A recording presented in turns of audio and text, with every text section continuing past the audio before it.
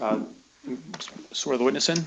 Please raise your right hand. Under the penalty of perjury, do you solemnly swear or affirm that the testimony you're about to give in this case shall be the truth, the whole truth, and nothing but the truth? I do. You may be seated. Please state and spell your name for the record.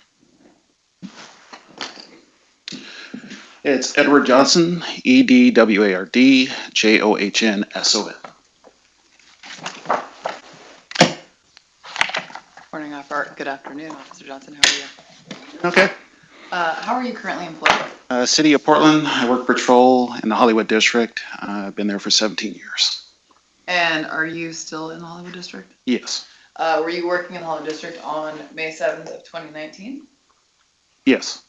Did you respond to 4224 Northeast Halsey Street? It's a 24-hour fitness. Yes. Is that in Multnomah County? Yes. When you arrived to the 24-hour fitness, what were you called there for? Basically, there was a report that an assault had happened at like 3:33. And who did you speak with when you got there? I spoke to Andy Ngo. And did Mr. Ngo show you his phone case at that time? I don't recall on that one. Okay. Let me give you, did you make your report? Yeah, got a report. Do you mind just taking a look at your report? If you take a look at that, will that refresh your recollection so that you'd be able to answer that question? Yes. Okay, so page 4 of 11, I believe, if you can just look at the third paragraph up from the bottom. Okay. Then just look up at me when you're done and I'll ask the question again. Oh, I'm done. Okay. So when you arrived, did Mr. Ngo show you his phone case? Yes. And had it been damaged? Yes. And did you take photographs of that? That I don't recall. Let me just have you look at that same paragraph again, and then look up at me and I'll ask the question again.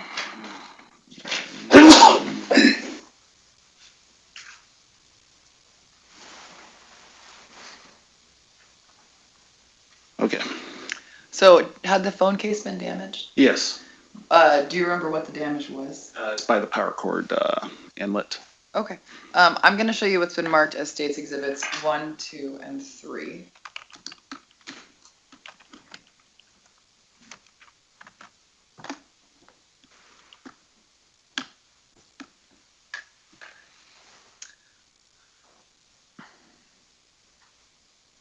So this is States Exhibit 1. Does this look familiar to you? Been a while. Does that look like the Black OtterBox phone case described in your report? It is the Black OtterBox case. And so if it's coming from my phone, then I took it. And this is States Exhibit 2. Can you tell me what part of the phone that is? That's the inlet for the power cord. And this is States Exhibit 3. Is that the same part of the phone? Yes. Thank you.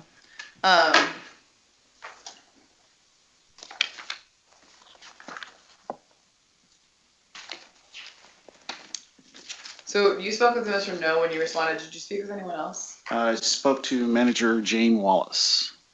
And did Mr. Wallace kind of talk to you about what had happened? He gave me a brief synopsis of what he saw. And so were you trying to ascertain the name of anybody that had been involved in that? Yes, the actual other person that was involved. And did Mr. Ngo, was he able to give you a description of him? He gave me some information about the other person, yes. And did Mr. Wallace give you the name of that person? No, he referred me over to security. And did you end up speaking with Lisa Lochner about that?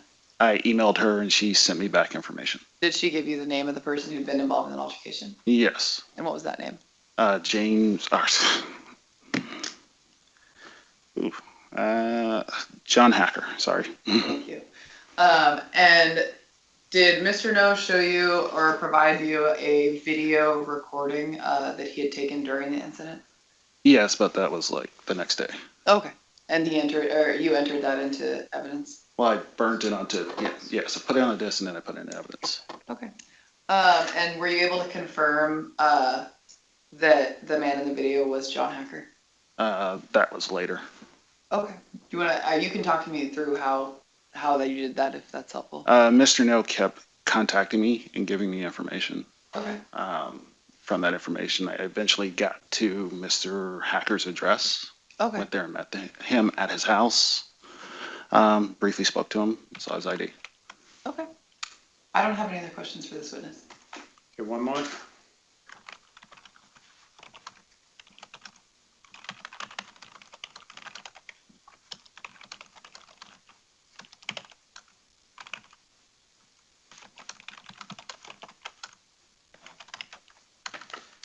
Cross-examination? Officer. Hey, Your report includes statements that Mr. Hacker made. repeat? Your police report includes information about statements that Mr. Hacker made. Are you saying made? Yeah. Okay. You're gonna have to explain that further. Okay. In your report, you described some of the things that Mr. Hacker said when he interacted with Mr. No. Okay, are you saying it's from him or from other people? From Mr. Hacker. I didn't speak to Mr. Hacker until the end. Mr. No told you about some of the things that Mr. Hacker said. Yes. Okay. Statements about being upset with I'm going to Mr. object, No's- Your Honor. This is hearsay.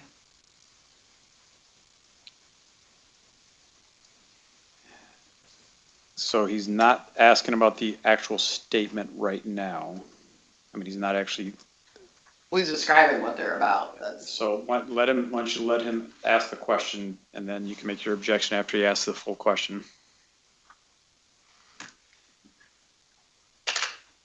Mr. No told you that Mr. Hacker made statements about incidents that had happened previous to this encounter on May 7th, 2019. Yes.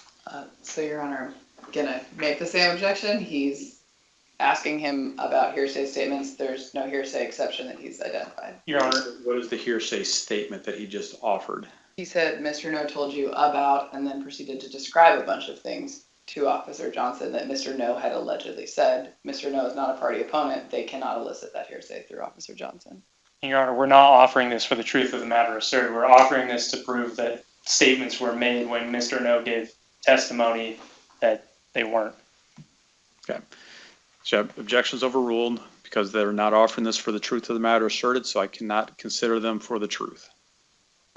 Totally understand that. If I could just get a little clarification on why they're offering them for the purposes of just what evidence we may adduce on rebuttal, that would be helpful. I didn't fully understand that explanation. Your Honor, I don't know that I need to disclose defense strategy. I mean, I just said that these are being elicited to prove that the statements were actually made, not the truth of what's being contained in the statements themselves. Okay. So you may, Sorry, may I just be heard one more time? My understanding is all that matters is that Mr. No said something. It doesn't matter what was said, because if it matters what was said, that goes to the truth of the matter. And the defense is expressly saying they're not offering this for the truth of the matter asserted. So by definition, it would not be hearsay. Okay, this feels like improper impeachment. This seems like something that if they were going to impeach Mr. No with, they should have done when he was on the stand. I understand you've made your ruling. I just want to point out to the court that this feels like it's not the appropriate way to impeach, and he's just trying to elicit testimony through Officer Johnson that is. Okay, well, if they're offering testimony about what was contained in the police report and Mr. No didn't author the police report, could he have been asked about that? Yeah, my understanding of the way that impeachment works is that when Mr. No was on the stand, he could have just read him from the police report, but they chose not to do that. Okay. All right, so the objection's overruled and it's noted. Understood. Just to clarify, Mr. No told you about statements that Mr. Hacker had made him about their interactions prior to May 7th, 2019, Yes. and about being upset about those. Well, I'd have to look at the report. I don't. Okay, you're welcome to take a look at page 9.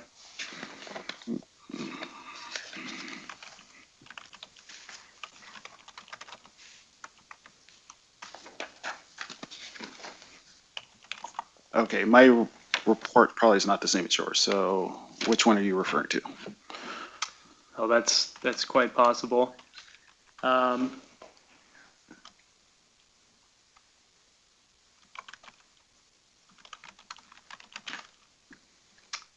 Can you turn to page 7 of 11 in your report?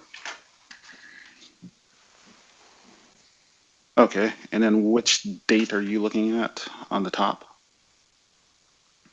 Yeah.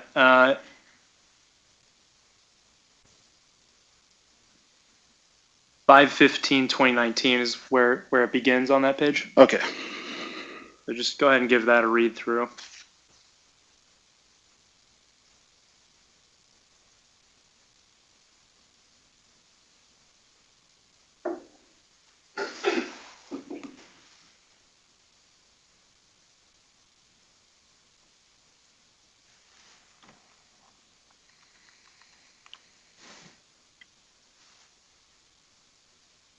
Oh, I'm sorry.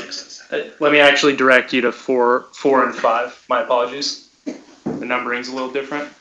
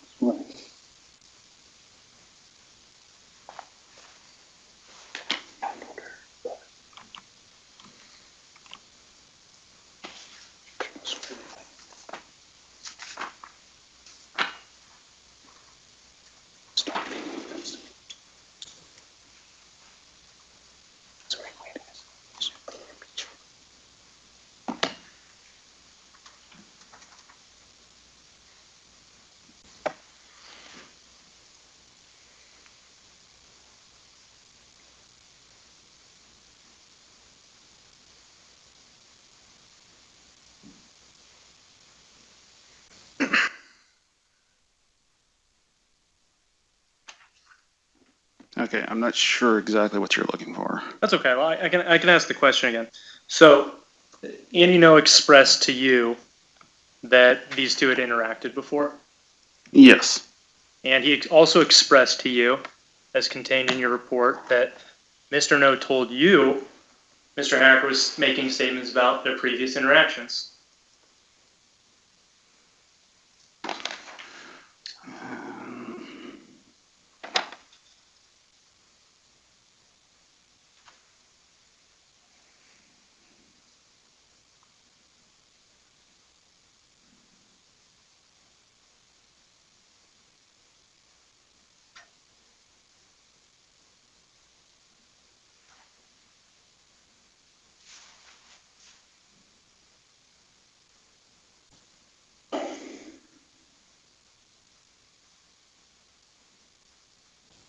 Your Honor, at this point, it doesn't seem like the witness's recollection is able to be refreshed by this.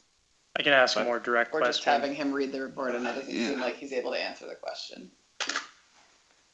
Well, he refreshed his memory earlier in your response to your questions by reading the report. So, I mean, it's up to the witness. If the witness says it doesn't refresh his memory, it doesn't. But if reading the report does refresh his memory, then He can testify as to that. Were you able to refresh your recollection by reading the report?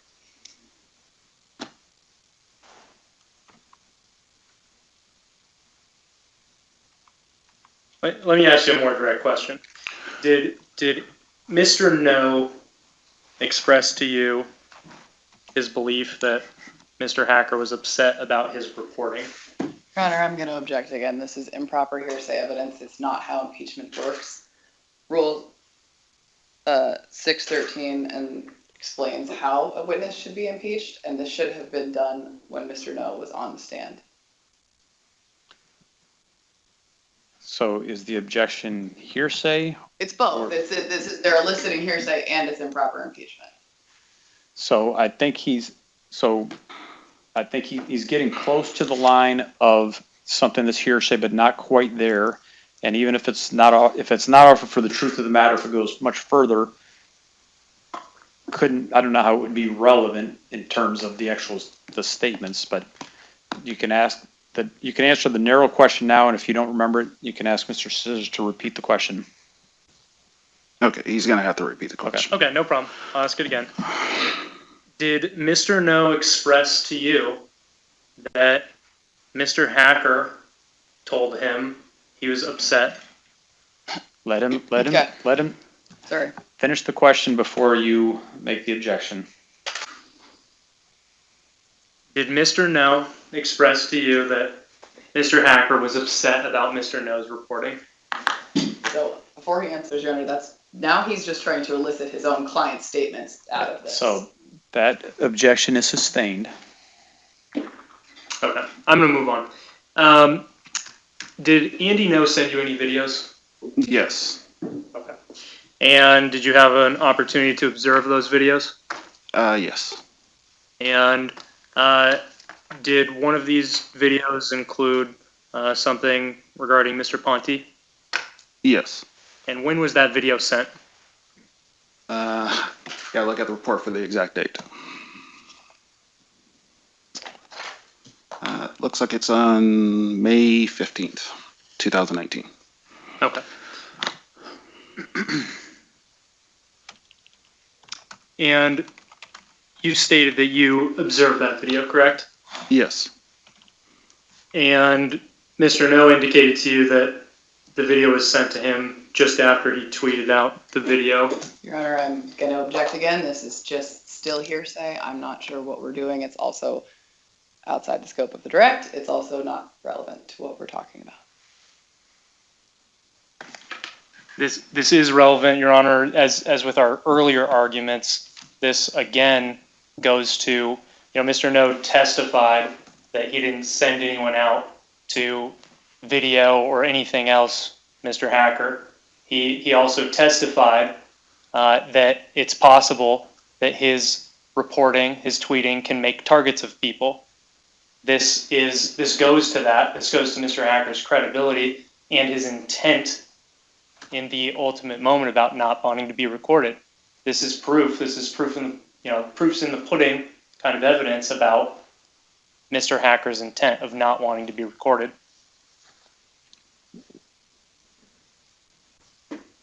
What difference does it make about what Mr. Ngo sent to Mr. Ponte or Mr. Ponte sent to Mr. Ngo about Mr. Hacker's state of mind?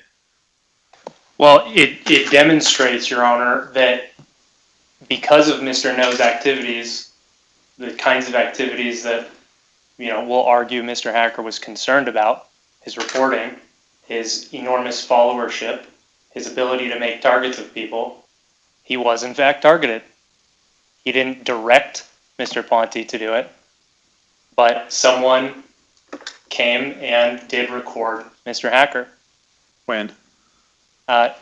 We believe the evidence will deduce that it happened anywhere from immediately after to 1 week after Mr. Ngo posted the video of the gym incident.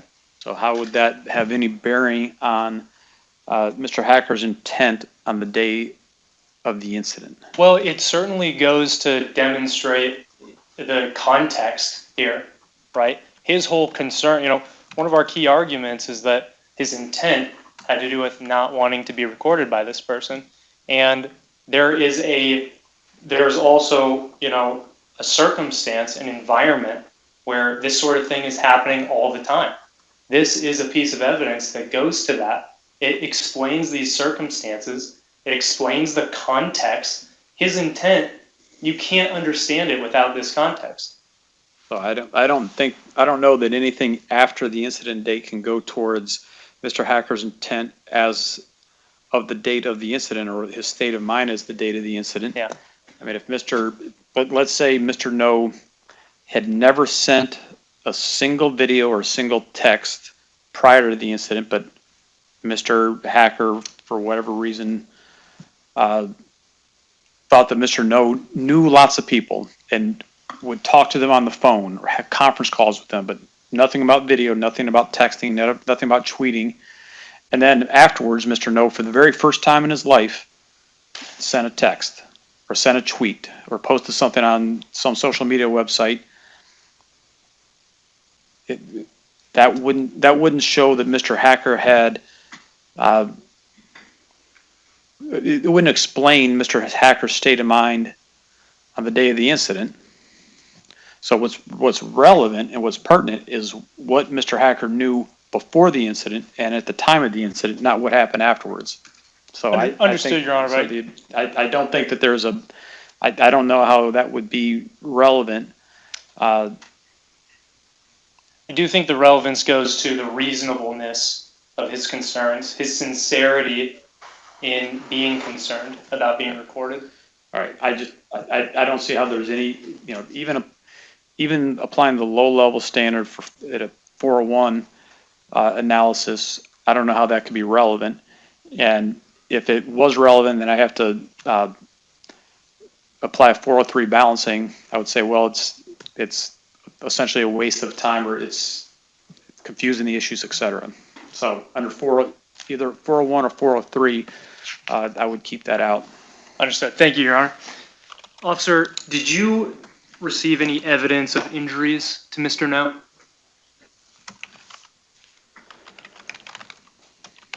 I don't think I took any pictures of Mr. No.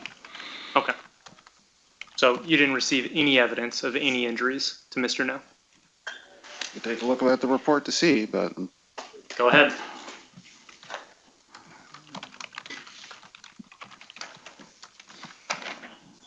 it's the initial.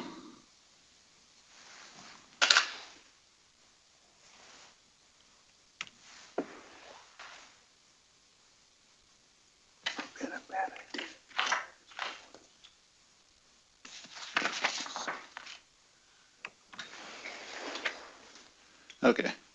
So he said he didn't have any marks. Okay. Nothing further. Redirect. Just briefly, Your Honor. Officer Johnson, did Mr. No give you a pain rating? Yes. What was his pain? Oh, I'm so sorry. I asked if Mr. No gave him a pain rating. Okay. What did he rate his pain at the time? As a 1 on a scale from 1 to 10, 10 being the worst. And I don't have any further questions, Your Honor. All right, and may this witness step down and be excused from his subpoena. He may from the state, Your Honor. Yeah, nothing further from the defense. All right, you're released. Thank you. Any additional witnesses for the state? Nope. State with rest, Your Honor. Mr. Scissors? Your Honor, this time we will move for a judgment of acquittal. We'll have our staff file that right away, and I'll provide the court as well as Ms. Burgess with a courtesy copy. Just a moment. If I may approach.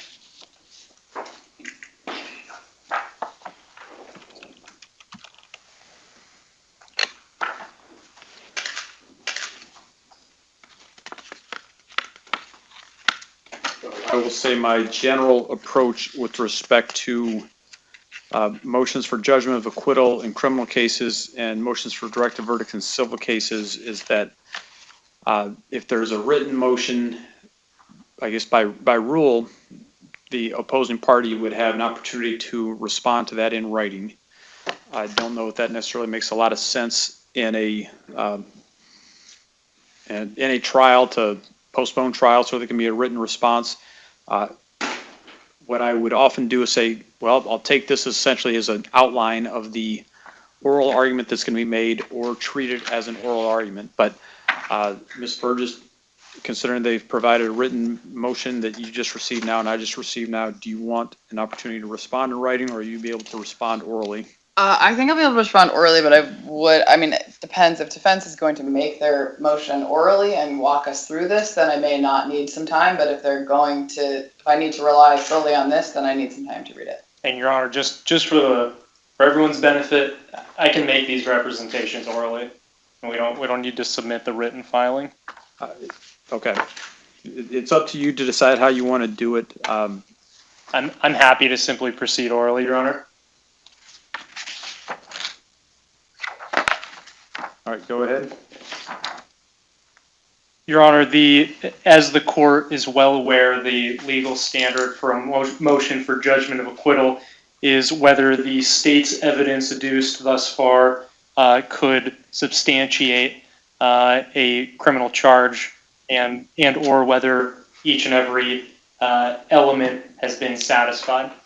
We put it to the court that there has not been evidence adduced sufficient to prove that Mr. Hacker had the requisite criminal intent. The robbery statute, as this court knows, incorporates theft. The case law is unequivocal that theft requires an intent to permanently deprive someone of their property. At bottom, Your Honor, there simply is no intent in that regard, and this simply is not a robbery. Mr. Ngo himself testified that Mr. Hacker was irate and angry, and there is an utter paucity of evidence about any suggestions that Mr. Hacker needed a phone, wanted a phone, or demanded a phone before he was recorded. Really, the only credible evidence points to a single conclusion, which is that he simply did not want to be recorded. The case law is abundantly clear that a temporary deprivation and intentional and even illegal taking is not sufficient. You need an intent to permanently deprive. We put it to the court that the state has not met that burden, and this court should respectfully grant the motion for judgment of acquittal on those grounds. Ms. Burgess? The standard for MJOA is not whether we've proven it beyond a reasonable doubt, but that the court must view the evidence in the light most favorable to the state, and in determining whether the evidence supports a verdict against Mr. Hacker, the court should resolve all evidentiary conflicts in the state's favor and give the state the benefit of all inferences that can be drawn properly. That's from State v. Langley. So the court in this situation needs to view all of the evidence in light most favorable to the state. Defense is asking you to speculate or make an assumption that the only evidence we have of Mr. Hacker's intent is a statement that he did not want to be recorded, which I assume they are pulling from the video. There are other statements in that, including that he would break his fucking phone. There's also been plenty of testimony about Mr. Hacker not only knocking the phone down, but then proceeding to take the phone, not just take the phone and stop the recording, but take the phone and leave. Mr. Hacker did not give the phone back willingly. He had to be challenged by staff and threatened to have his membership revoked before he gave it back.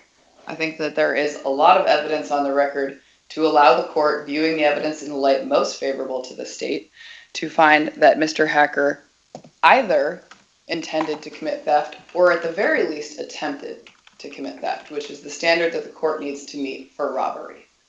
I think the defense is asking you to read into the record a lot of evidence that has not been put on yet, and to read their theory of the case into your MJOA decision, which is not the appropriate standard. I can talk through each of the elements if that's helpful to the court. Mr. Scissors, you argued that Mr.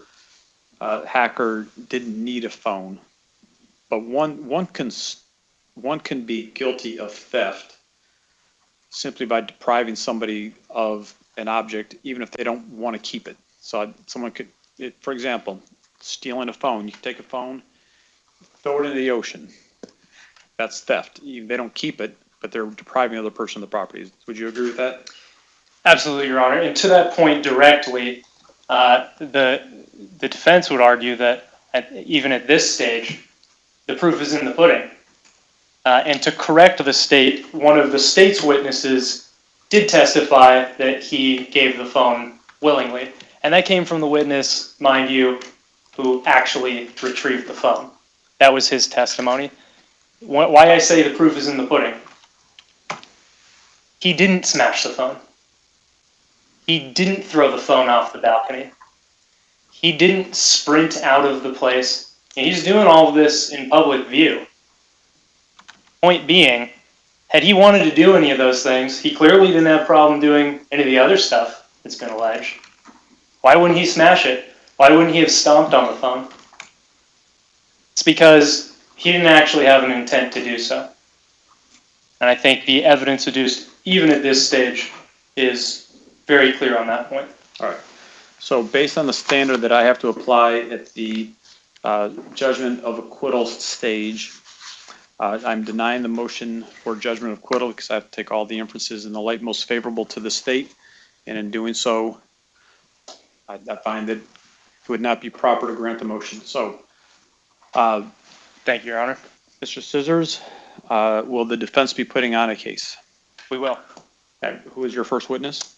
We will call Mr. Hacker to the stand. All right. So, Mr. Hacker, before you take the stand, so you understand that you have a right to remain silent, meaning that you don't have to testify in this case. And if you don't testify, I can't take any, and I can't and won't take any inferences about your guilt based on the fact you didn't testify.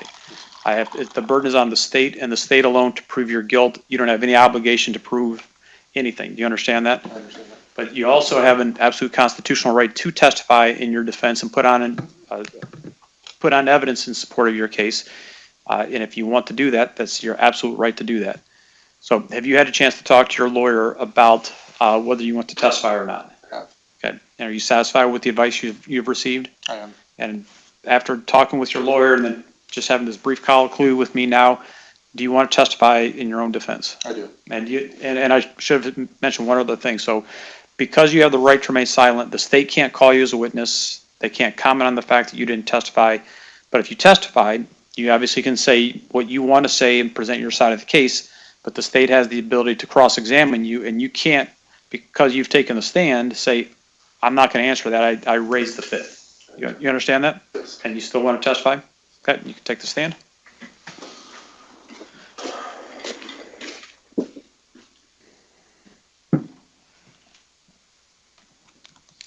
Please raise your right hand. Under the penalty of perjury, do you solemnly swear or affirm that the testimony you're about to give in this case shall be the truth, the whole truth, and nothing but the truth? Yes. You may be seated. Please state and spell your name for the record. My name is John Hacker, spelled Johnhacker. Hey,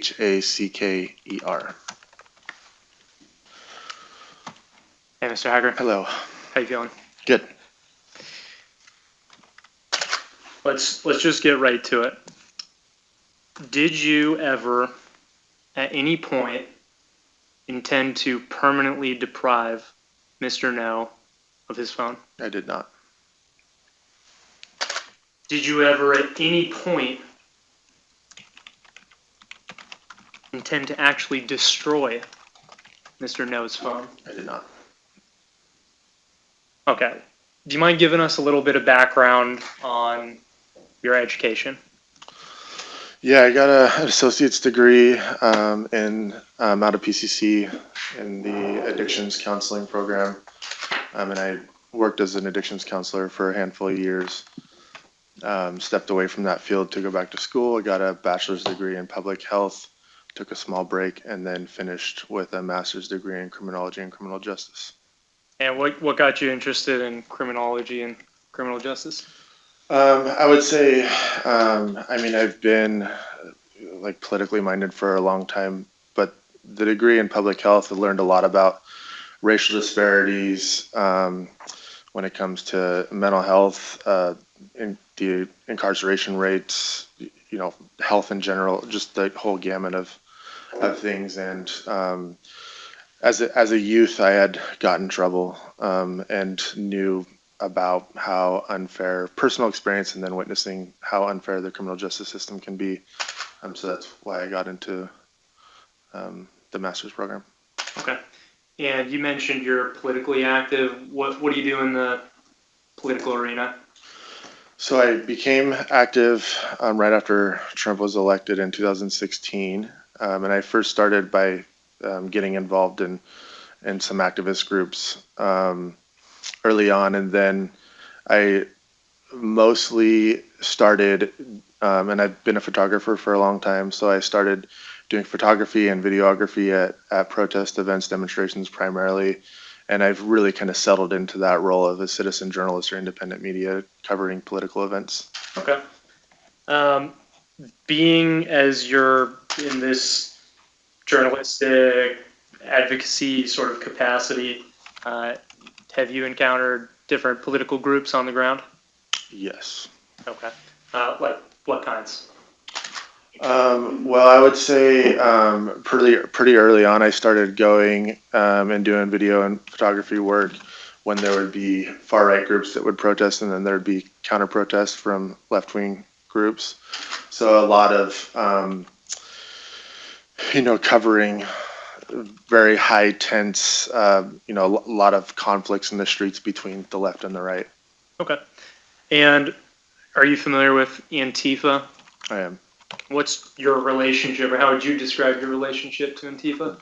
I would say, well, Antifa is like a hard thing to define, and means different things to different people. So I guess first, like, Antifa is like a very loose collection or movement of people that counter fascist or far right in more confrontational or militant ways. So sometimes that's like physical confrontation, sometimes that's exposing who they are and their bigoted views. So I exchange information with pretty much anybody that does, research on the far right. I sometimes will give information, sometimes I will receive information. And at protest, I interact with just about anybody that's out at the protest. Okay. Have you had any negative experiences as a result of your advocacy or reporting on the ground? Can you ask the question one more time? Yeah, that's okay. Have you had any negative experiences as a result of your reporting or advocacy? Yeah. So early on, I'm pretty vocal about my political leanings, and so early on, I was able to interact with the far right in different ways, which quickly shifted. So it got very quickly. It got to the point where anytime I was around, them knowing who I was and my political leanings, I would, generally be harassed and heckled, but sometimes threatened, and I've been chased out of events before, physically pushed out of like Proud Boy events and such. And then I've had harassing phone calls, death threats through social media. I've had on multiple occasions had people show up to my house in like full black masks. So I've had, yes, lots of my daughter's phone has been called many times, things like that. And how, let me ask you this. I mean, have some of these activities been going on for years, or is this just in the past couple of days? What kind of time frame are we talking about? Definitely on the ground stuff was happening in 2016, 2017, 2018. And I would say it was around 2018, 2019 that I started, experiencing more of the like direct message threats or phone calls. I don't recall the date of the very first time somebody showed up at my house, but it's definitely escalated more recently. And actually, in fact, I just yesterday I got a call from the FBI around some online threats against me And that's happened twice where the FBI called me about threats against me. Okay. So what has been the impact of this kind of, as you're describing it, unwanted attention, either online or on the ground? What's been the impact on you? Generalized anxiety everywhere I go. I'm, because of my burns and my size, I'm very visible. I've gotten a lot of media attention, and most Proud Boy groups and neo-Nazi groups locally at least know who I am. So I'm always looking over my shoulder. I went from somebody that was opposed to being armed to needing to have, arm myself at my house, constantly on edge about who's outside of my house. It's affected, I wouldn't say it's affected my relationship, but it's definitely affected my family in the sense that they have a lot of fear around things. And then more directly on the ground reporting, I can't really report if there's a right-wing protest. I can't really go to a right-wing protest anymore and interview people or video them or photograph them, because I will be immediately at least pushed out of their event, if not assaulted. So would you be concerned, for example, if someone posted personal information about you online? Yes, which happens many, many times. I can't count how many times it's happened. Did you know, let me ask you this. Did you know of Mr. No before May 7th, 2019? I did. How did you know of him? I first became aware of his work when he was a part of organizing this free thinkers group. And they brought in a lot of very controversial speakers. And I attended a couple of those. And then shortly after that, he did some articles around hate hoaxes where he had claimed that people that were victims of anti-gay violence in Portland were actually faking it. Some of the articles that he did with a couple white nationalists, and he would call them conservatives. So I became aware of kind of his strong bias and right-leaning coverage. And Sure. what was I apologize for interrupting. I understand the foundation that Defense is attempting to lay. I think we're getting a pretty wide view here. I think if there's something specific that they're looking for that's related to this May 7th incident, maybe we could hone in on that, but just giving a general overview of Mr. Hacker's impression of Mr. No is not relevant to. Well, I will say that any general impression about Mr. No, whether it's a positive or negative impression, just in general about political leanings, it's not I relevant. understand. I'm just asking. If it's an issue, if it's something that would give concern about safety, or something that was particular to this incident, that's going to be more relevant. Just asking, maybe we could focus it in. Were you aware of Mr. No's online presence at around the time of May 7th, 2019? Yes. And were you aware of, how many Twitter followers he had, for example? Yeah, not exactly, but it was somewhere between 100 and 200,000 followers at that time. Okay. What was the impression that his reporting kind of left on you around that time? Prior to May 1st, it was more just this guy is either at worst dishonest, at best misrepresented a lot of things, and was a right-wing pundit or journalist, just Okay. like most other. Did your impression of him, you mentioned May 1st, did your impression of him change, and if so, how? I think it changed before that, but May 1st was very memorable because of what happened on May 1st. Can you describe some of the incidents that happened on May 1st? Well, like was already mentioned, May 1st is generally referred to as May Day. It's International Workers' Day, and it's somewhat of a protest or activist holiday. A lot of events will happen, and there was 3 different events that day, left-leaning protests that day. Earlier in the day was one that I actually was involved in getting speakers for, which is like an anti-ICE protest where there was a rally and then a march to ICE. Then there was another kind of festival one where there was tabling and such. And then at night there was an after party at a bar, which ended up turning into a brawl or a riot. Okay. And was, to the best of your knowledge, was Mr. No present at these protests? Yeah, he was present at all three. And I take it you were there as well? Yeah, I think the festival one I might have just stopped in at.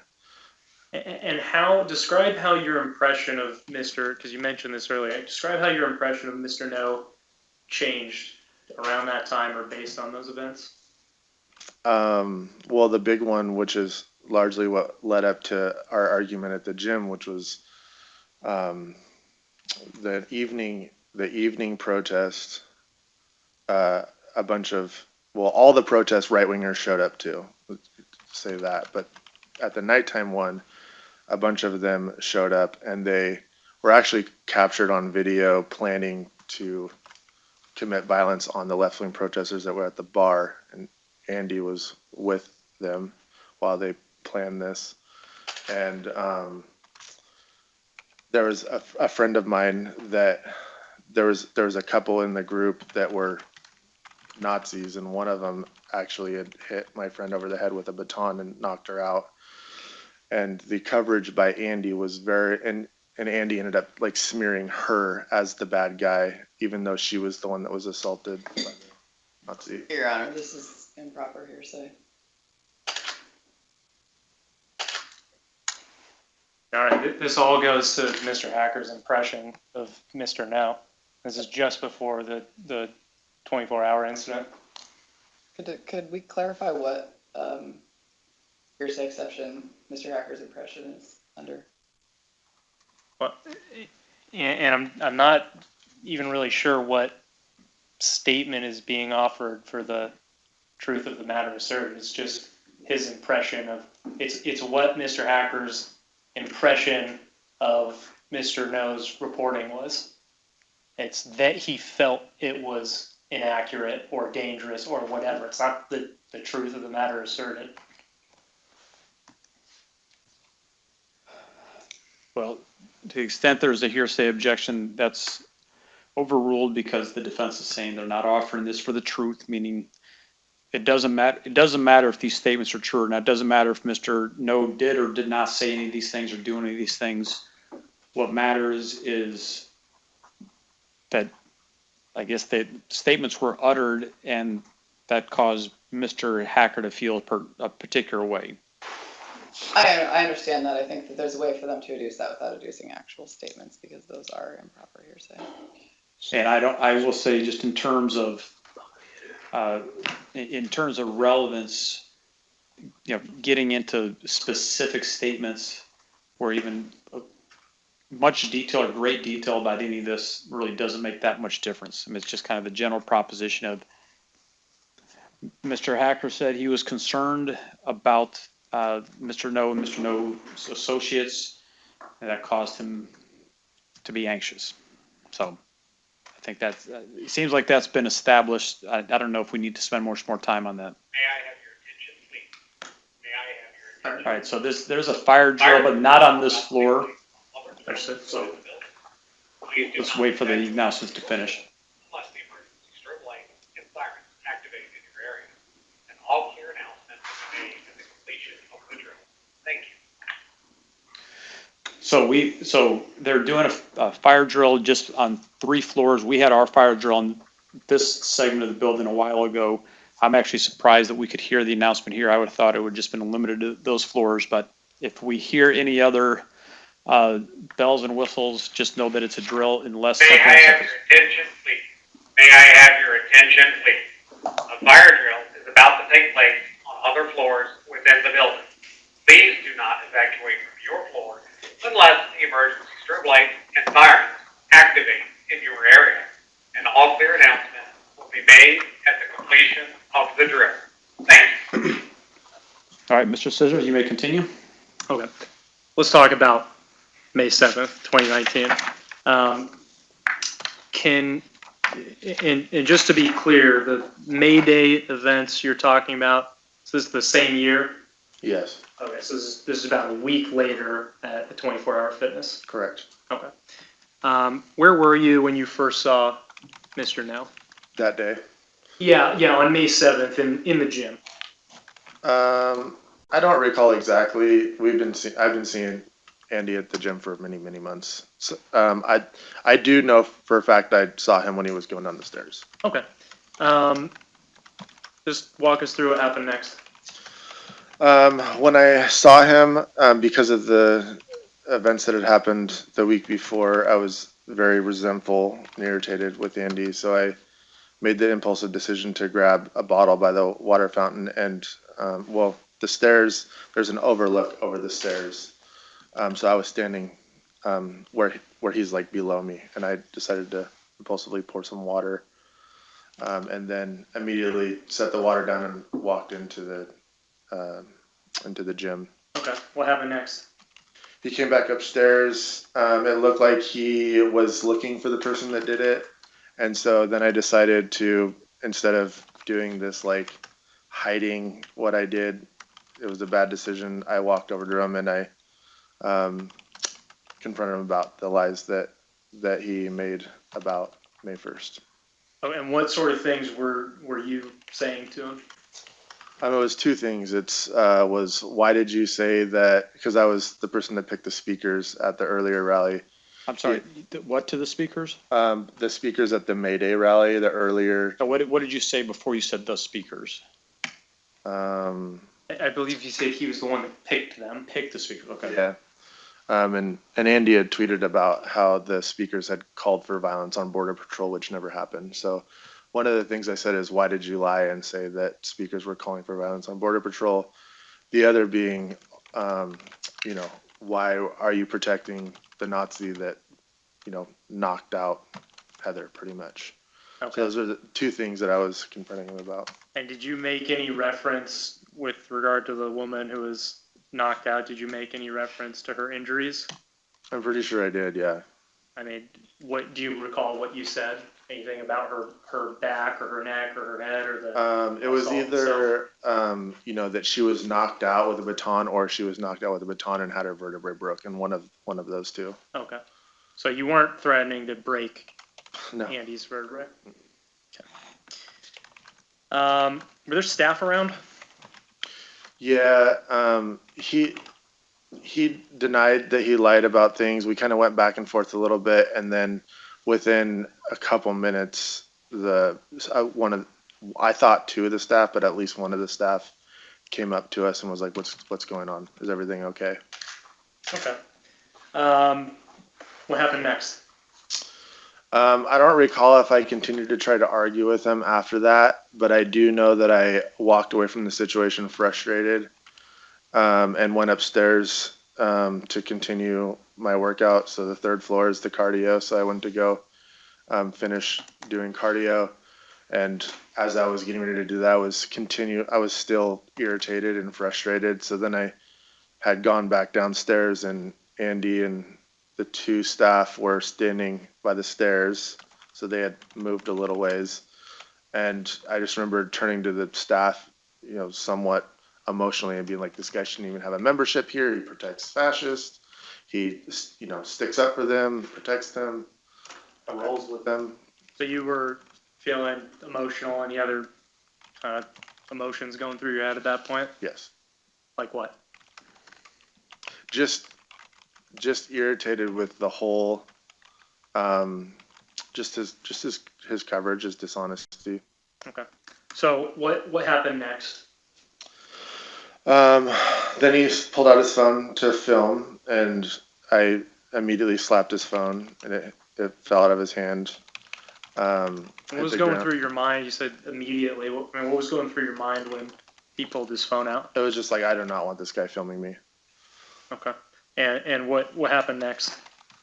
He picked his phone back up and continued to try to film, and then that's when I grabbed the phone out of his hand.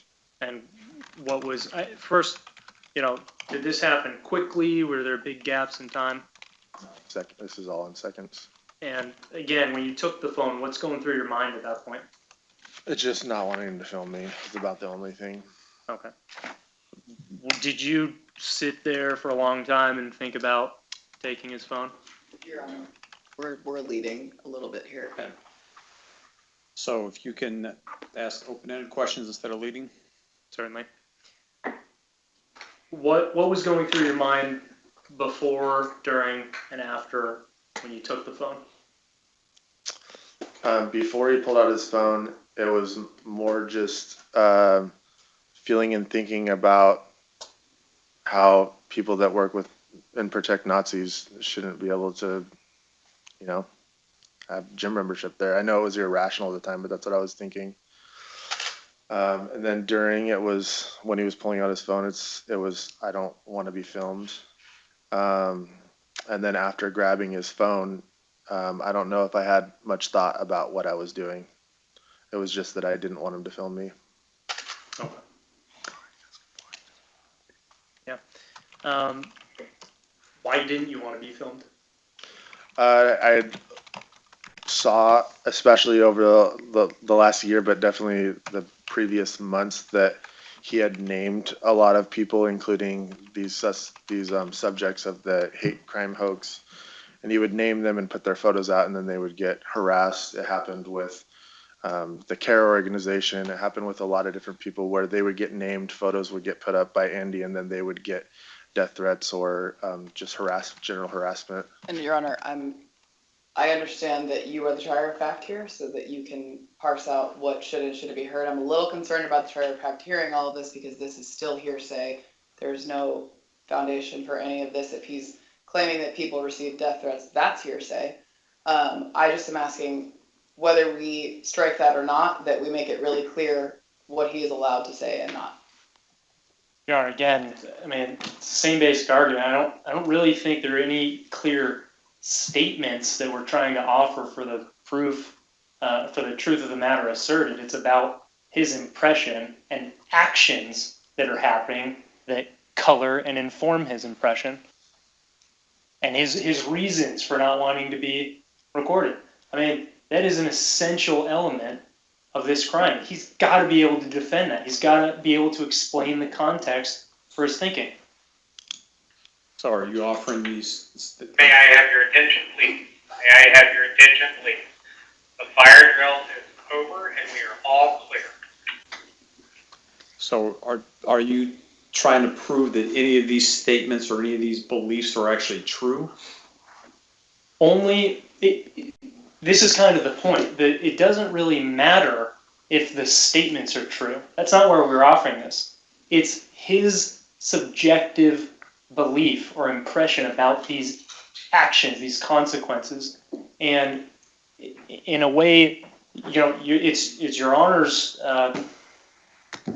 prerogative to determine whether they're believable or reasonable, or whether that even matters.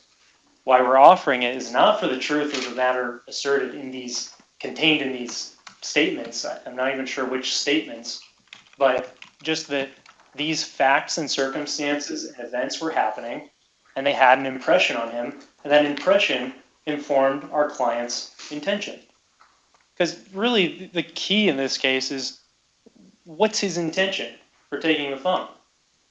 Okay, so like my prior rulings, because this is not offered for the truth, it's not hearsay by definition. The fact that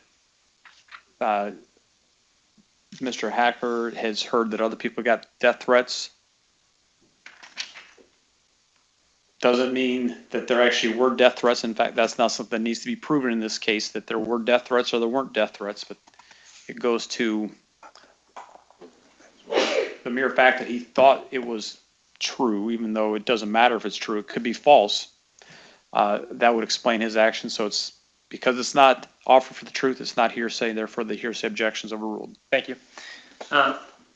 Mr. Hacker, you also stated in that brief moment that you were going to break his fucking phone. Did you have an intention to break his phone? No, I didn't. And what was going through your head when you said that? I was just irritated at that time.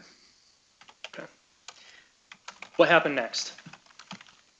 I started to walk down the stairs in which James Wallace had said, you know, sir, don't do this. I think he said it twice, maybe 3 times. And he was following down the stairs, and I stopped halfway down the stairs and turned to him and gave him the phone. And can you describe your, without going into what Mr. Wallace actually said to you, can you just describe the nature of that interaction and how the phone was given back? Well, me and James always had a good relationship, and he handled that situation very well. So when he said, you know, don't do this, give me the phone, it wasn't really, it was actually gave me an out. Like, I don't want this phone anyway. I just didn't want him to film me, so I gave it to him. Okay.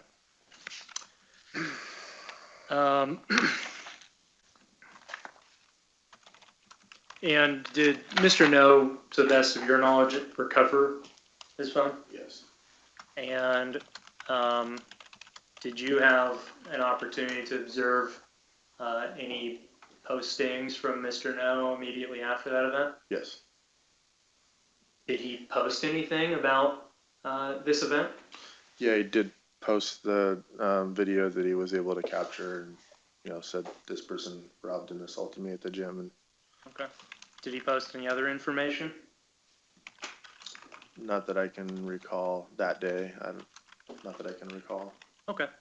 And did you receive any sort of unwanted attention from any of those Yeah. postings? Your Honor, I'm going to object. This is now out of the scope of what we're talking about here. Mr. Scissors? Your Honor, again, it goes to the reasonableness of his concerns. It goes to his credibility and whether, I would say, both witnesses' credibility in a sense, in that, Mr. No provided testimony that it was possible, but he was somewhat equivocal about whether he had any awareness that his postings could make targets of people. Mr. Hacker is giving testimony about his good faith belief that if he was recorded, it could turn into some unintended and unwanted consequences. And this is potentially evidence to support that and to basically, it goes to his credibility. Yeah, like I ruled earlier, what happens after the incident, it's not relevant even if it is. It Understood. would be excluded under Rule 403. I think had Mr. No not posted anything, I suspect if the state had come in and argued, look, there's nothing to fear. He didn't post anything. He could have posted this. He had this video. He still has it now. Didn't post it. That shows that he's a good faith actor. The defense would be objecting to that and say, well, it doesn't matter what happened afterwards. What matters is what was known at the time. And so I think what would apply in that case also has to apply in this case. Understood. Thanks, Your Honor. Just one moment, if we could.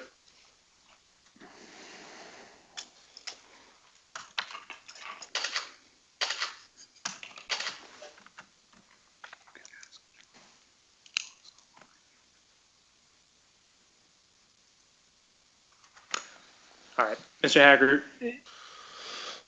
preceding this event, I'm talking about events that happened afterward, and I'm talking about 24-Hour Fitness, May 7th, 2019. Had you ever been doxxed or had any other sort of personal information posted online about you? Don't think so. Okay.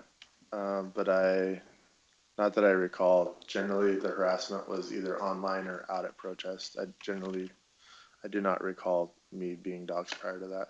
Okay. Did you have concerns regarding becoming a target because of Mr. No? Your Honor, we're leading again. He's just testifying for his client. So if you can rephrase the question. What were some of your concerns? You did testify earlier about having concerns about wanting to be recorded. What were your concerns about being recorded by Mr. No, and why? And Your Honor, I'm just gonna he actually said that he just didn't want to be filmed. All he was thinking was he just didn't want to be filmed. He didn't say he had concerns. Don't really see the distinction, Oh. but Overruled. Concerns were doxing, harassment.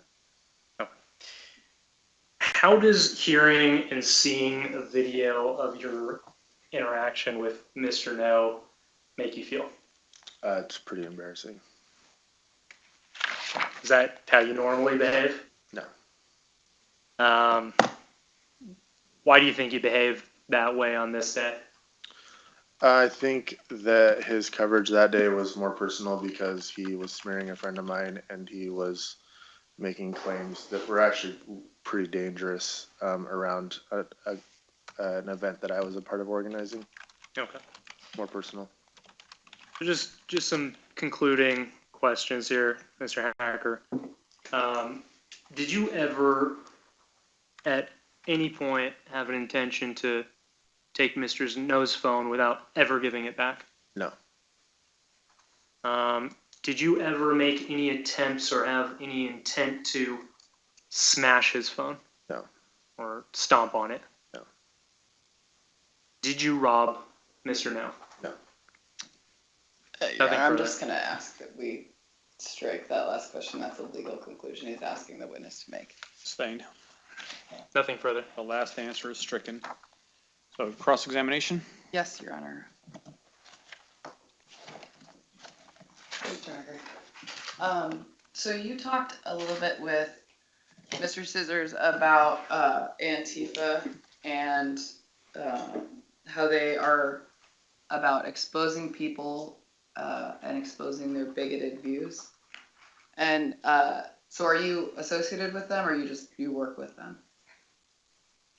Again, it's a loose collection of people, so them is very subjective Okay.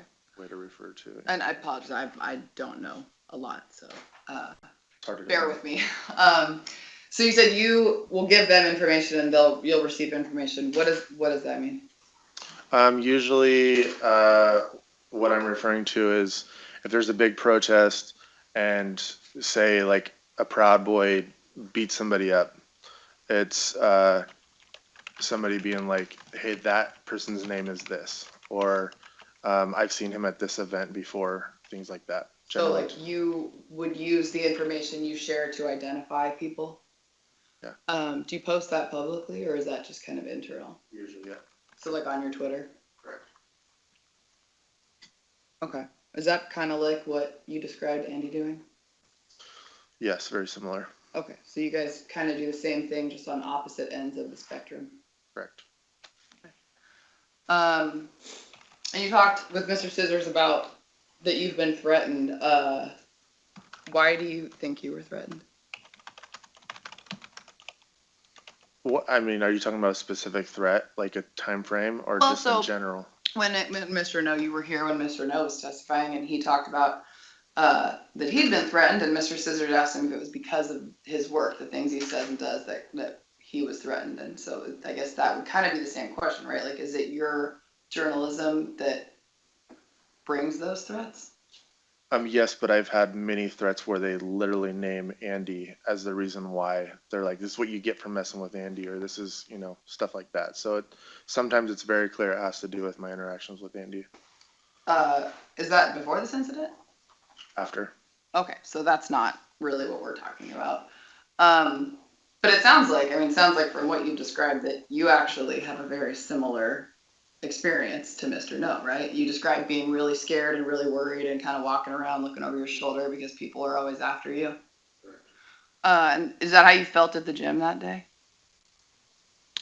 At the gym, I generally always feel like I have to look over my shoulder, if that's what you're asking. So why would you then decide to dump water on another person? It was an impulsive decision that I wish I didn't do. Okay, but you did instigate all of this. Yes. And you said when you were talking to Mr. Scissors that the protest, the May Day protest, and actually just quickly on that, just so we're clear, we're talking about Heather Clark, right? Correct. Who was injured? Mhm. Ian Kramer was convicted of that, right? Correct. And not Andy Ngo. Correct. Okay. But so the protest, you said the protest was what led up to the argument at the gym. But that wasn't actually what led up to the argument. What led up to the argument was you pouring water on Mr. Ngo. Yes. And then you said you walked away, and then when you saw him come up, you decided instead of not engaging that you were going to go back and engage him.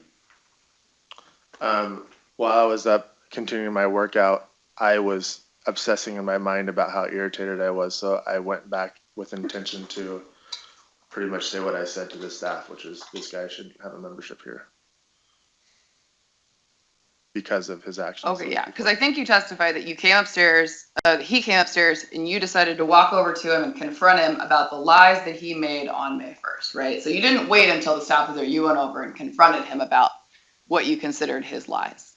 Yeah, so to clarify, there's two sets of stairs. He came up the stairs when I argued with him in the very first place.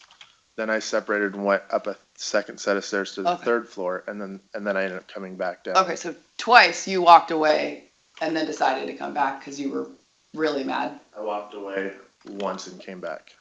I walked away twice total, but came back once. Okay. Since Yeah. And so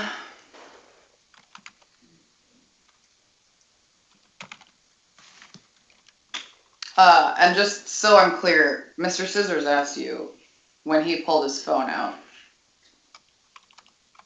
you said you immediately slapped it out of his hand, right? yes, And you said you did that because you didn't want him filming you, and that was what was in your head. correct.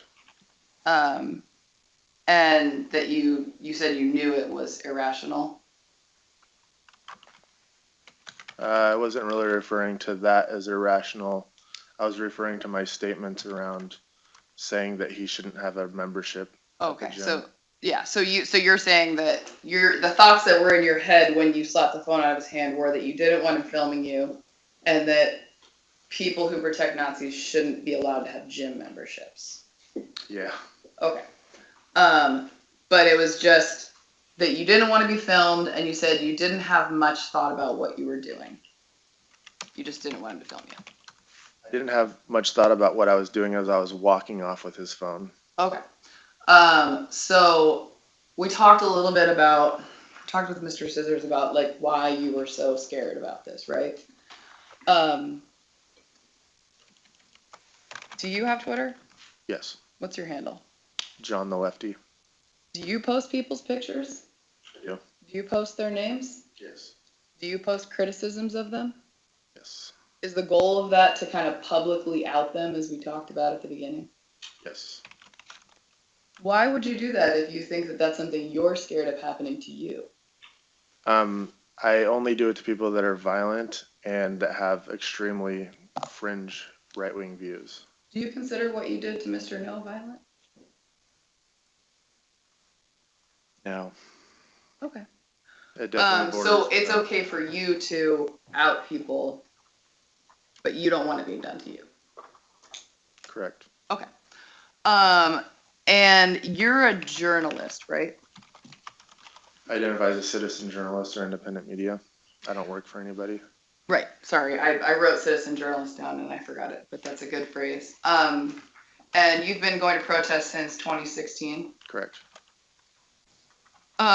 So when you recorded the protests? Record? Yeah. Yeah. And are those recordings and videos, are those your work product? Yes. And so if you were to lose that work product, that would be a big loss for you. Yes. And you've actually filed lawsuits over your cell phone being taken.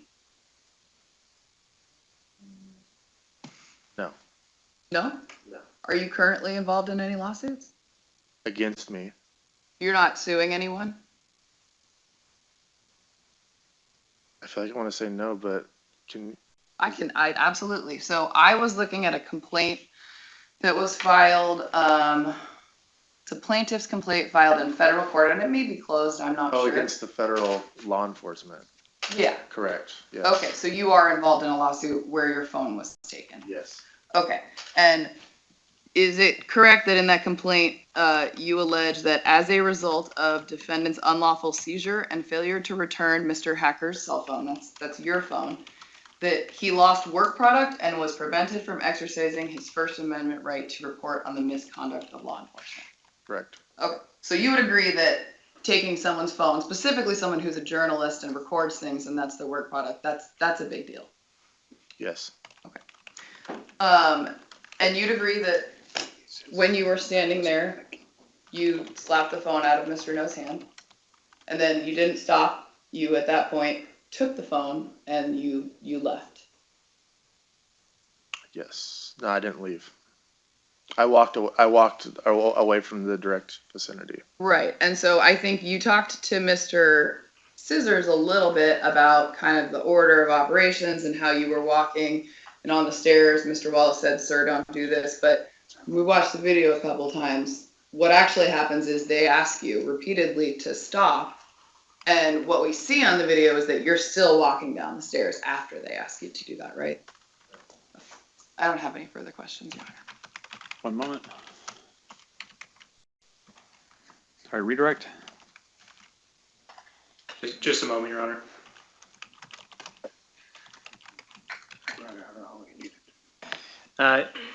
Mr. Hacker, can you just describe, you've seen the video, you've seen where it ends. Can you kind of describe when and where you gave the phone back in relation to when the video ends? Yeah, so the area that where the staff, Andy and me, were all at when I came back downstairs from the cardio area is the stairwell that comes down, the elevator, and also the stairwell that goes to the first floor. So it's where all the stairs intersect in the elevator. When you go down to the bottom floor, the stairwell elbows. So it kind of goes around, and we were like right in the middle where the elbow is. Okay. Nothing further. All right, you may step down. One moment, please.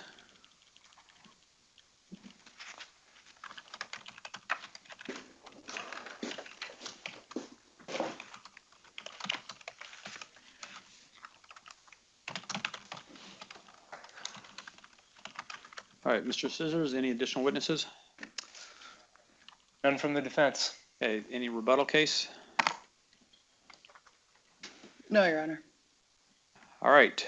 Do you need any time before we go to closing arguments? We could just have a quick bathroom break. I think I'd appreciate that. Just stand up for a second. I would second that motion. All right, let's take, when we take 10 minutes. So back here at 2:55. Thank you.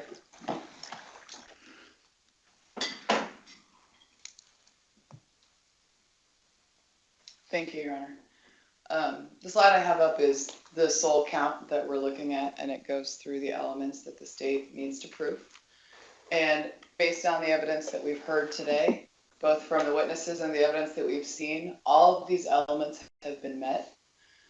To establish that Mr. Hacker is guilty of robbery in the third degree, we need to prove the act occurred on or about May 7th, 2019. That's not in dispute. We need to prove that Mr. Hacker committed or attempted to commit theft, that in the course of committing or attempting to commit the theft, he used or threatened the use of immediate physical force on Andy Ngo, and that Mr. Hacker acted with the intent of preventing or overcoming resistance to his taking of Andy Ngo's property or retention of the property immediately after the taking. And it's a lot going on, but it's just very simple.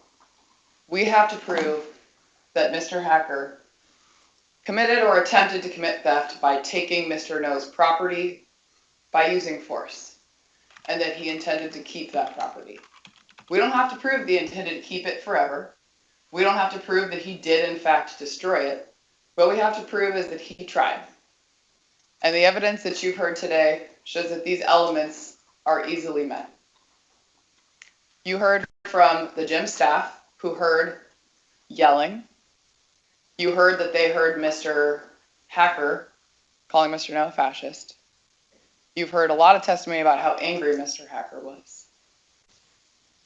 There was some inference from defense that this all stemmed from some tweets or something prior to this, but really what this stemmed from was Mr. Hacker making, as he described it, the impulsive decision to pour water on Mr. No and start this confrontation. And then to continue confronting him repeatedly, despite staff being there.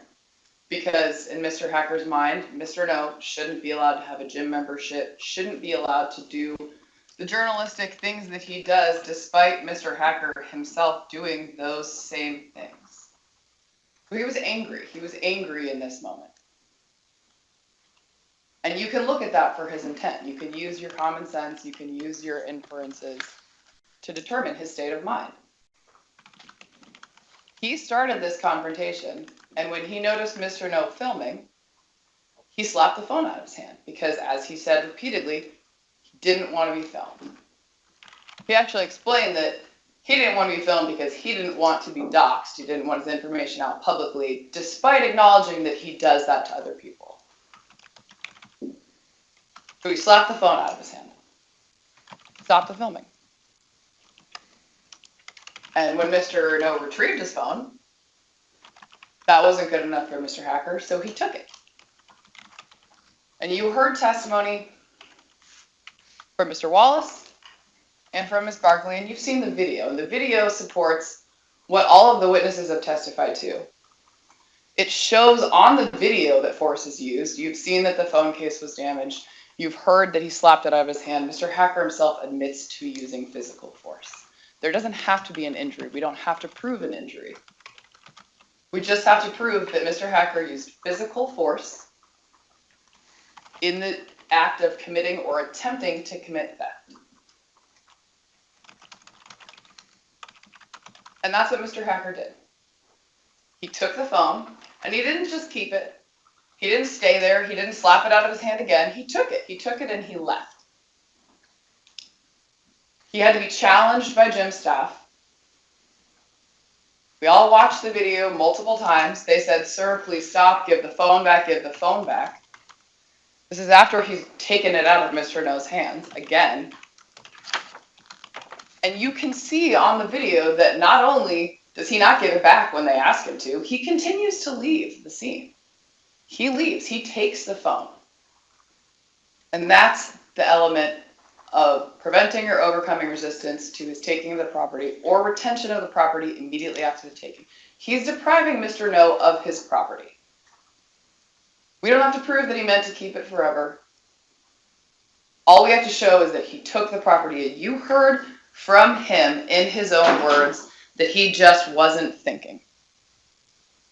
He's embarrassed by this decision, but he didn't stand there and give it back. When he went down with James Wallace, he didn't say, "You know what, I'm embarrassed. Can you please give this phone back to Mr. No?" He didn't give it back willingly. He was forced to return the property that he took.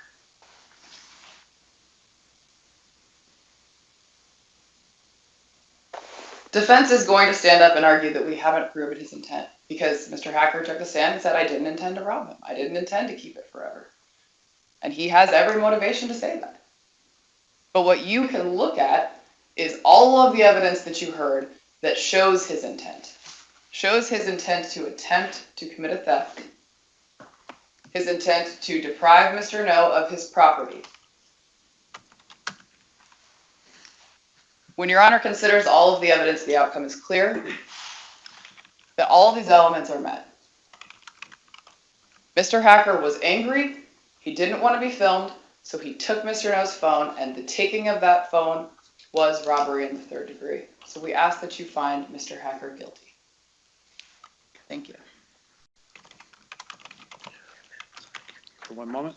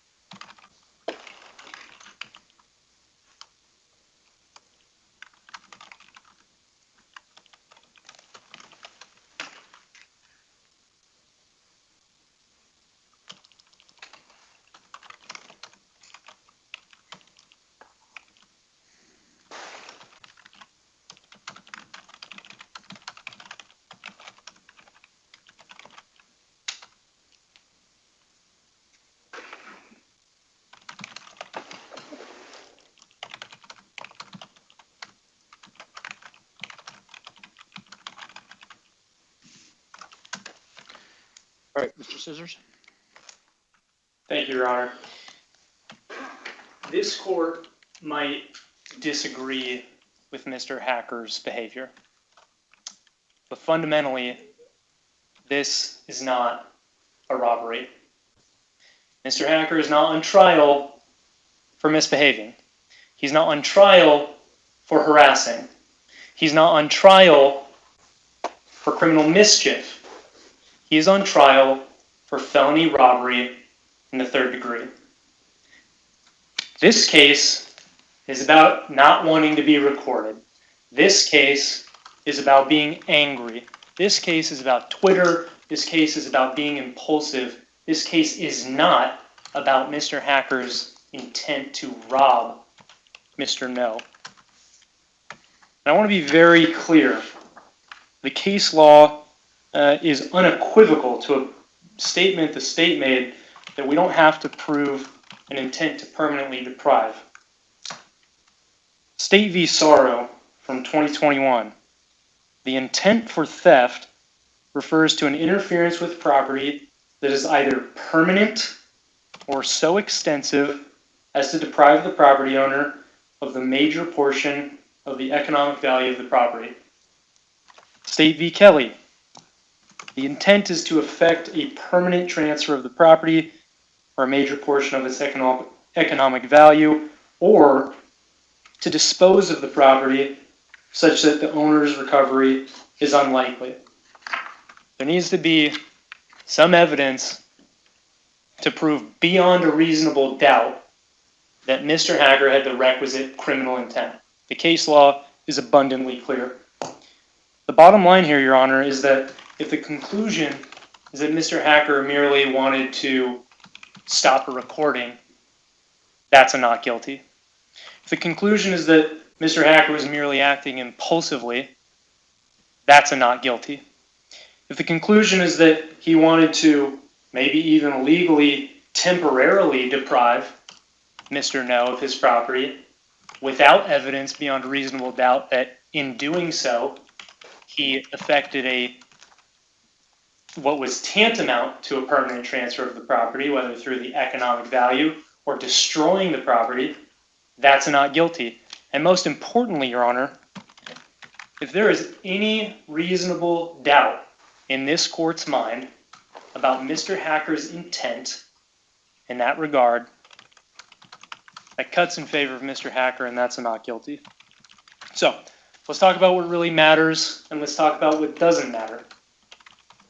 What matters in this case is Mr. Hacker's intent. Why Mr. Hacker wanted to stop the recording. Why Mr. Hacker took the phone. What doesn't matter is whether he acted appropriately. What doesn't matter is if this court believes his motivations were reasonable. What matters is what his subjective criminal intent was, and whether there was one, and whether there is any reasonable doubt about what that intent was. Your Honor, not every illegal taking is a robbery. Let's take an example of a teacher and a student. Student's texting in class. Teacher says, "Look, Timmy, I'm going to break that damn phone if you don't stop texting." Timmy keeps texting. Teacher snacks it out of his hands, grabs it, says, "Phone's mine now, Timmy." Puts it in her desk. Doesn't give it back to him until the end of the day. Did she temporarily deprive Timmy of his phone? Did she make a statement about keeping the phone? Are these to be believed? Is there a reasonable doubt about whether she actually intended to rob him, actually intended to permanently deprive him of his property, even if there was some incidental damage to the phone when she smacked that out of his hands? It's clearly not a robbery. Let's talk about the core facts in this case that aren't really in dispute. Mr. Hacker is acutely aware of Mr. No. Mr. No, unlike Mr. Hacker, currently has 1 million Twitter followers. His impact is undeniably greater than most of the people in his sphere. Mr. Hacker was upset about things he said. He confronted him at a gym. He made a statement about not wanting to be recorded right before saying, "I'll break your fucking phone." It all happened in a couple of seconds. He gave credible evidence, credible testimony that he was acting impulsively. He wasn't even sure what he was doing. He also testified to a lot of things that he probably shouldn't have done. He came across as extremely candid and credible. Why would this court have any reason to doubt that he was acting impulsively, angry? He was willing to admit. Your Honor, I apologize for interrupting. I'm just going to ask that we stop referring to Mr. Hacker's testimony as credible. I think that's improper vouching. Ultimately, it's up to the trier of fact to determine who's credible. I think it's not necessarily helpful to an argument to say this person's credible or not. I don't think it applies the same way in a bench trial as it does in a jury trial, but I guess just in terms of developing habits for the future, making like explicit claims about credibility in closing argument is probably not helpful. You can refer to the facts and you can let the jury or the fact finder make their conclusions about that. No problem, Your Honor. Thank you. Mr. Hacker readily admitted to taking actions that someone might deem inappropriate. He gave testimony that he acted impulsively. And what actually happened in those moments? It all happened in a few seconds. There's people all around. This isn't some back alley mugging. People all around. He takes the phone. He walks away. One of the state's own witnesses testified that he gave him the phone willingly, apparently after he'd calmed down. The phone was dispossessed from Mr. Ngo for a grand total of about 15 seconds. The phone itself was fully recovered. There was minor damage that was hard to even see on the phone case. A phone case, I might add, that is quite literally designed to sustain falls from handheld height. It's an otter box. These are the facts. And let's talk about the context and the actions that speak to Mr. Hacker's intent, and whether any of these give rise to a reasonable doubt about whether he actually intended to destroy or permanently deprive, which basically means to keep or otherwise ensure that Mr. Ngo would never recover the phone. There's no evidence whatsoever adduced that he actually needed or desired a phone or a phone case. That one I think we can basically set aside. The state's own witnesses testified that he was irate, that he was angry. That sounds a whole hell of a lot like Mr. Hacker's testimony about being impulsive.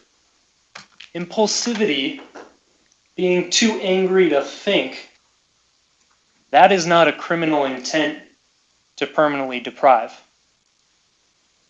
Why might Mr. Hacker have had reason to not want to be recorded? Mr. Ngo had a Twitter following of hundreds of thousands of people. Mr. Hacker, it was his impression that people who were posted about by Mr. Ngo were targeted. The state's argument that he engaged in some of the same behavior, first of all, it's a matter of scale. And secondly, if the state's best argument is that his intent in that moment wasn't reasonable, it doesn't have to be. The question is whether he had an intent to not want to be recorded. The question is whether this court finds evidence that there is some reasonable doubt about why he actually took the phone. Further, the proof is in the pudding. I've said that phrase a few times. If Mr. Hacker wanted to destroy this phone, why didn't he stomp on it? Why didn't he throw it off the second story? Why didn't he throw it against the wall? He didn't. The phone was recovered, and the phone itself was fully functional after only about 15 seconds. That sounds like a temporary dispossession. That sounds like what the case law suggests does not qualify as a criminal intent for theft, for robbery. One of the state's arguments, again, might be his statement about wanting to break the fucking phone. Oregon courts in different contexts have expressly distinguished verbal statements that are to be taken literally as threats versus those that are the sort of impotent expressions of frustration and hyperbole that the court should not take literally. And it also cuts both ways. I mean, he makes two statements. He says, you know, I don't want to be recorded and I'll break the fucking phone.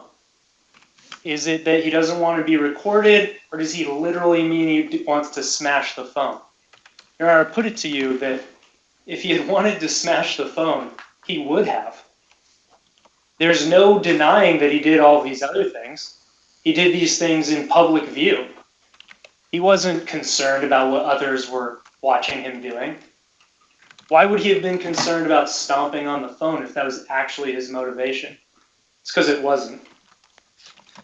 Your Honor, in the state's discretion, they have charged robbery in the third degree.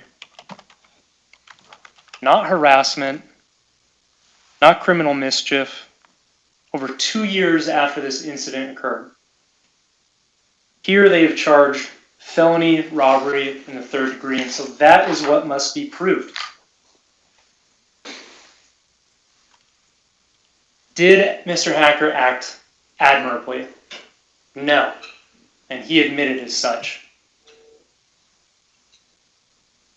But Your Honor, that's not why we're here. This doesn't look like a robbery. This doesn't smell like a robbery. This doesn't feel like a robbery. That's because this is not a robbery. Your Honor, we would ask the court to find Mr. Hacker not guilty. Not guilty because the evidence does not support, beyond a reasonable doubt, that Mr. Hacker had the requisite criminal intent to permanently deprive Mr. Ngo of his phone or destroy it. Not guilty because there's reasonable doubt about what Mr. Hacker actually wanted to do with the phone or the phone case. And not guilty because this is simply not a robbery. All right, rebuttal closing argument? Yes, sir.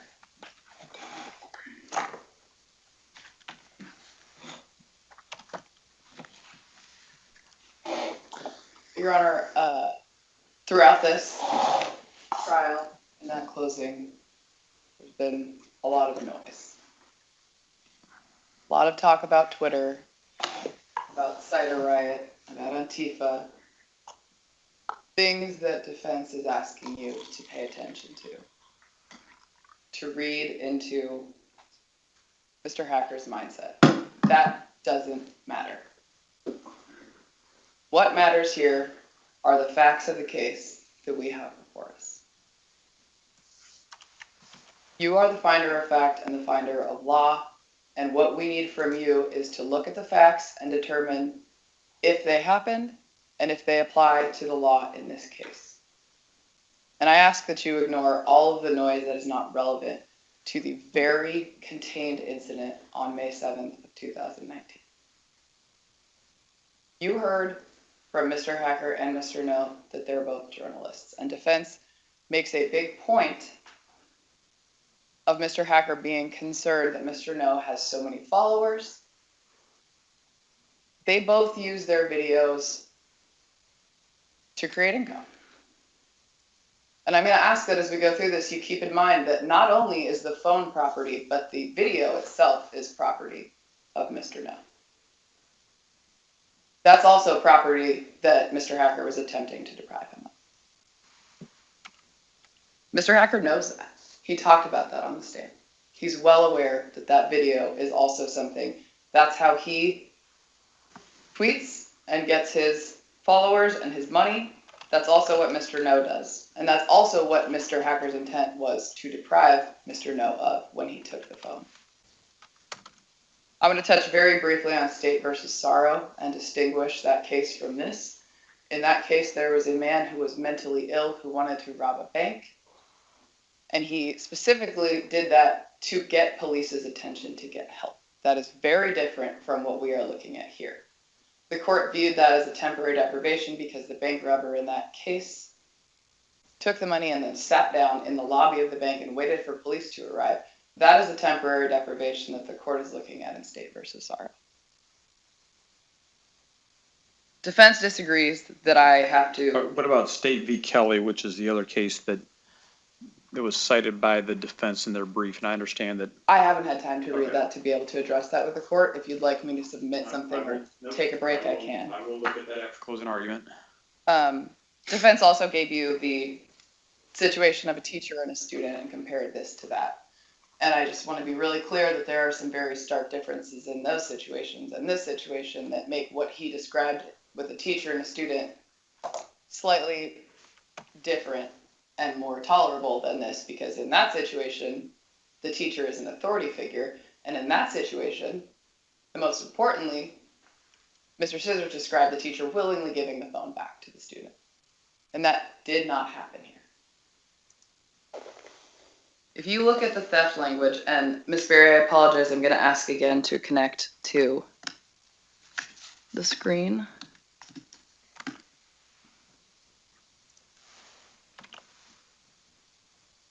This is in the definition of theft, and this is what defense is hitting on. It's that we need to show either that Mr. Hacker wanted to appropriate the property of another to himself, which is what he did.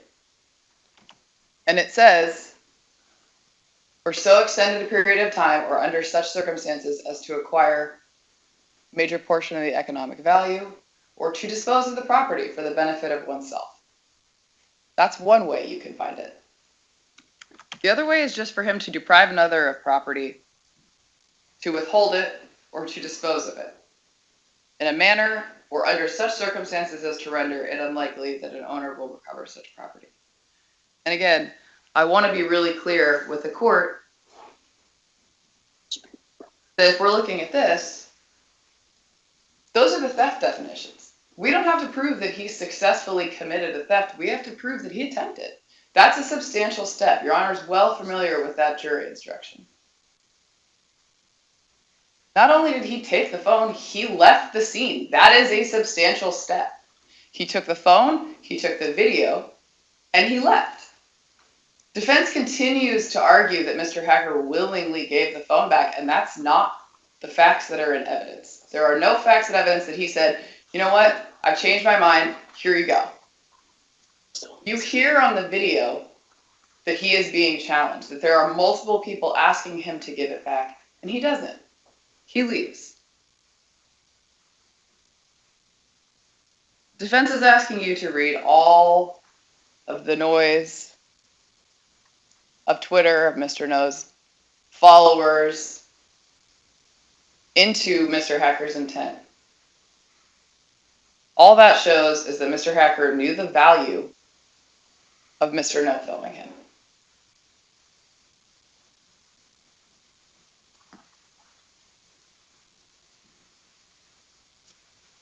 Your Honor, we don't have to show that Mr. Hacker permanently deprived. We just have to show that he attempted. And he did. That is what the facts of this case show. Very clearly, Mr. Hacker is trying to claim that he was scared. But in reality, this all started because he was angry. He confronted Mr. No. And he himself told you. He just took the phone. He wasn't thinking. He took the phone and he left. And so defense is asking you to say, well, that's not enough to show beyond a reasonable doubt because there's nothing there. You can't possibly get there with nothing if he says there was nothing in my mind, I just didn't want to be filmed, and that's not correct. Because as you are well aware, there's a jury instruction about inferences and common sense. And defense is asking you to speculate that what he really wanted to do was give it back, and he really wanted to just briefly, temporarily stop it, and somehow that by walking away, taking the phone, and leaving, all he was trying to do was stop the filming, when in reality, he just left. He didn't give the phone back. We're not asking you to speculate. We're not entitled to your speculation here, but we are entitled to your common sense.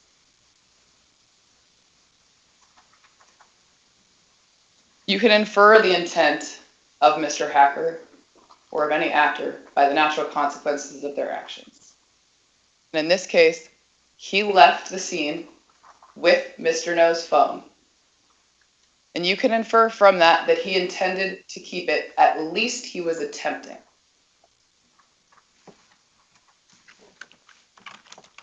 Those meet the elements, Your Honor. That attempt by Mr. Hacker to deprive Mr. No of his property, that you can infer beyond a reasonable doubt, not only from the testimony that you heard from these witnesses in person, but from the video that you have seen, the video that is in evidence if you'd like to watch it again, that those elements have been met. And we ask that you return a verdict of guilty in robbery in the third degree. Can you go back to the slide about theft? Yep. These are the definitions of theft. It's one of the jury instructions. We can email it to the court if you'd like.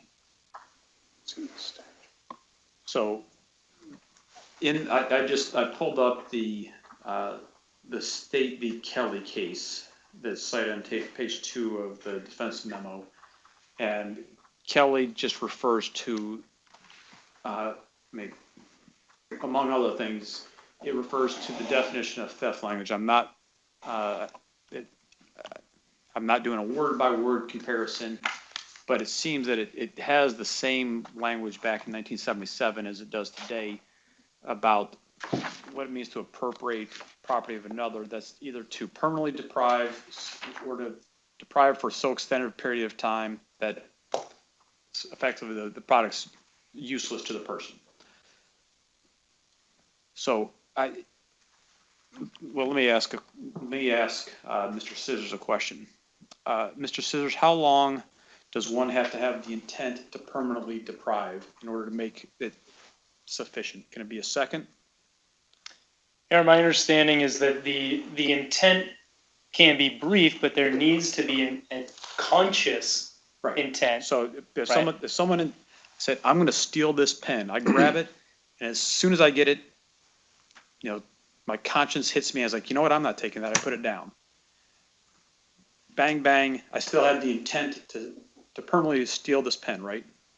And so if I found, as a factual matter, if the finder of fact thought that I did intend to steal this as soon as I grabbed it, that's theft, or at least it's attempted theft, right?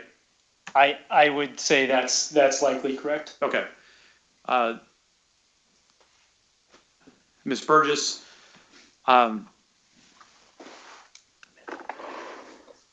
so I know you said a number of times that there doesn't have to be proof that Mr. Hacker actually committed theft, but attempted to theft is sufficient. And you agree with that, Mr. Scissors? Based on the reading of the statute, yes. So, but to have attempted theft, the person still has to have the intent to permanently deprive the person of the property, right? Correct. It's just they didn't complete it. Correct. Or in my hypothetical about the pen, the person just changed their mind and changed their intent, right? Correct. Okay.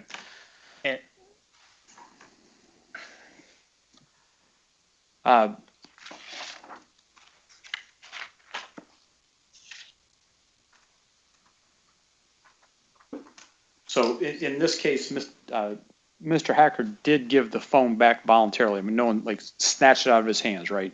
I don't agree with that characterization. Was there any testimony that someone took it out of his hands and? Well, he gave it voluntarily to the gym manager when the gym manager said, I don't want to have to revoke your membership after he left the scene and they were asking him to give it back. So voluntarily is a little bit of a stretch. Fine. But it's not, I mean, there wasn't, okay, understood. And Your Honor, just regarding the facts and evidence, his specific testimony was that he willingly gave it back. That was the state's witness. And, Your Honor, to this point, State v. Kelly also makes, in one of the notes, it's the defendant's actual return of the property after it is obtained may shed some light on his intent at the time of the alleged taking. So that also should be considered in the court's decision. May I ask if in state I saw that language as well, but that, I mean, that, it doesn't mean that it has to mean that. It's something that could be considered. Of course, just a factor. And may I ask if in State v. Kelly, again, I haven't read it, I can try to read it quickly while we're sitting here. Did the defendant return it without anyone asking him to? I think the issue in State v. Kelly was whether, and I just looked at it quickly, but whether making restitution payments was, an intent to make restitution payments reflected an intent to not actually deprive the person, and the Court of Appeals said, no, that's not Different. paying restitution is different than actually deciding to give something back. And so in that case, the Court of Appeals said it was appropriate to deny the motion for judgment of acquittal. So I just looked at Kelly very quickly, but I think the purpose for which it's cited is about the permanent deprivation, which is, we don't really need a case for it when we have the statute outlining the definition. All right, anything else from either of you? Nothing from the state, Your Honor. Nothing from defense. All right, let's go off I'm going to stay out here. I just want to gather my thoughts for a few minutes, but I will have a ruling for you within a few minutes, so stick around, please. Would you like the courtroom emptied, Your Honor? No. Okay. Everyone can stay. I mean, it should be less than 5 minutes. I think it'll be faster if I stay here as opposed to going back into the chambers. All right, we're back on the record. I'm ready to make my decision, but first I wanted to make some preliminary comments, and I normally wouldn't make comments like this, certainly not as extensive as I'm going to make in a case like this, but this is an unusual case, and there's obviously political and social issues at play here and interest in the case. And I think it's maybe helpful to have someone from, hopefully an objective perspective to make some comments. And I'm not suggesting that I'm going to change the world with these comments, but I would like to say some things to hopefully get people thinking and maybe limit some problems like this in the future. We oftentimes we hear about the political spectrum as being the far left and the far right. It's like this, but in my take is it's really more of a circle that's closed at the bottom, and at the one side that people are self-identified, the left are very close to the people on the right at the bottom of the circle in terms of approaches they have and kind of beliefs. And at the very core issues they differ, but in so many different ways they're alike. And I can certainly see that in this case. And I think it's important in every aspect of life, but especially when people are really diametrically opposed, is to put oneself in the other's shoes and really ask themselves, what would I do if I was in this position that the other person was in? And I was struck when Mr. Hackhurst said that he essentially does the same things that he contends Mr. No does in terms of putting people's information out on the internet, publicly identifying people if he considers that person to be dangerous. And it's really striking that obviously there's some tension between the two of them, but they're effectively doing the same thing. And it just seems that they agree on the tactics, but they differ just on whose information should be out there. And they also disagree about the other person's tactics, even though they're doing the same thing. And speaking of tactics, I appreciate that Mr. Hacker said that it was wrong to pour water on Mr. No, which it was. But I was surprised when Mr. Hacker said that he did not consider that act to be an act of violence, because I suspect if the roles were reversed and Mr. No dumped water on Mr. Hacker, that Mr. Hacker would have been extremely upset and would have considered it to be a violent act. And so, that's an example of a situation where I think it's important for people to say, what if I was in the other person's shoes, and truly have some empathy and try to figure out what would happen if the roles were switched.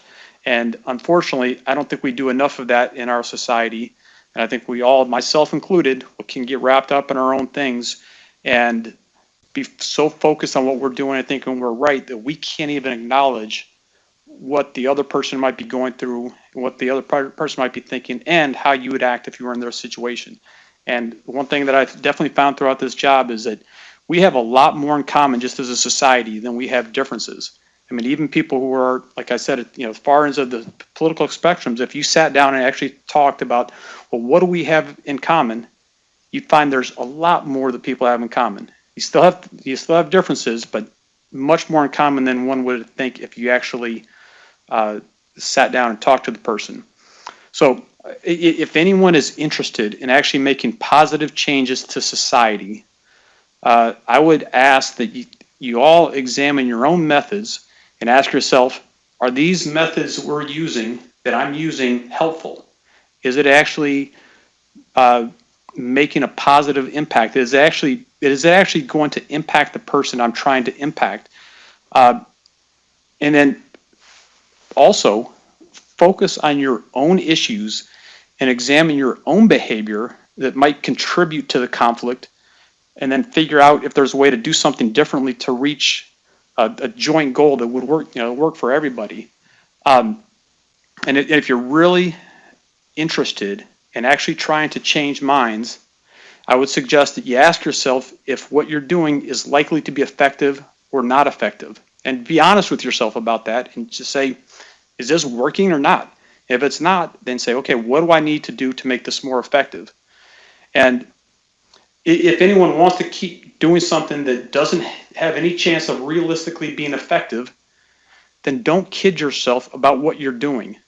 Don't sugarcoat things under the guise of thinking, I'm trying to change somebody's minds, I'm trying to win this argument. Just say what you think, but don't expect it to change people's minds. If someone has a particular political belief, a particular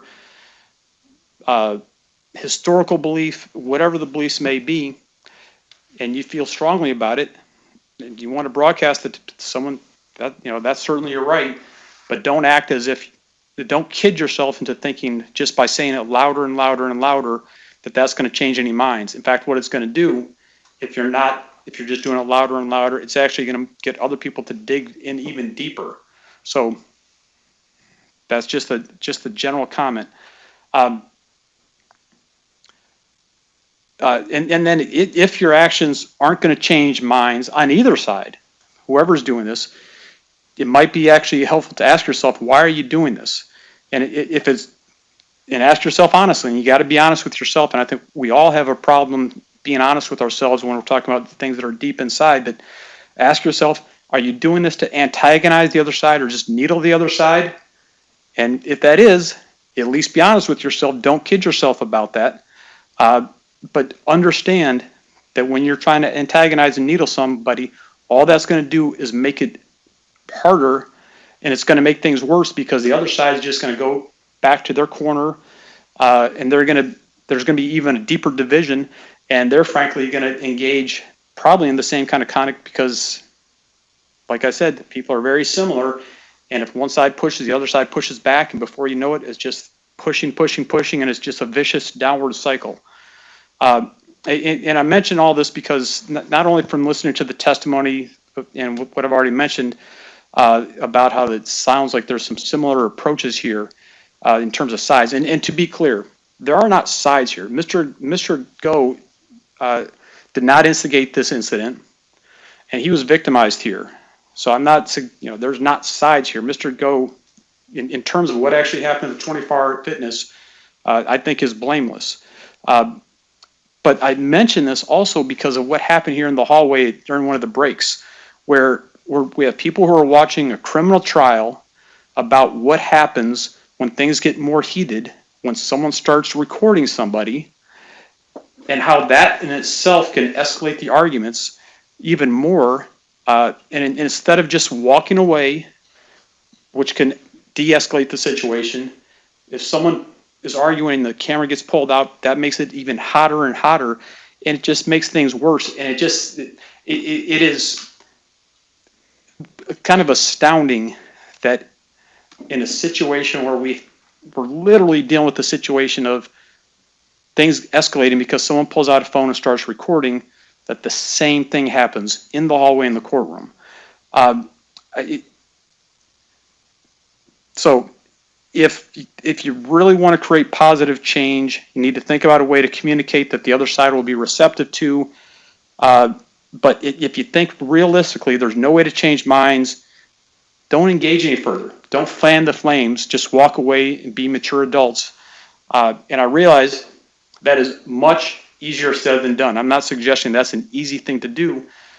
But if you think about that ahead of time, especially people that are really politically motivated in it and are going to be engaged in more conflict or high conflict situations, I think it's important to actually think about these things ahead of time to prepare yourself mentally. How are you going to approach this situation, whether it's a particular rally, whether it's writing things, whatever it may be, so you can actually do things that are hopefully are going to create some positive change.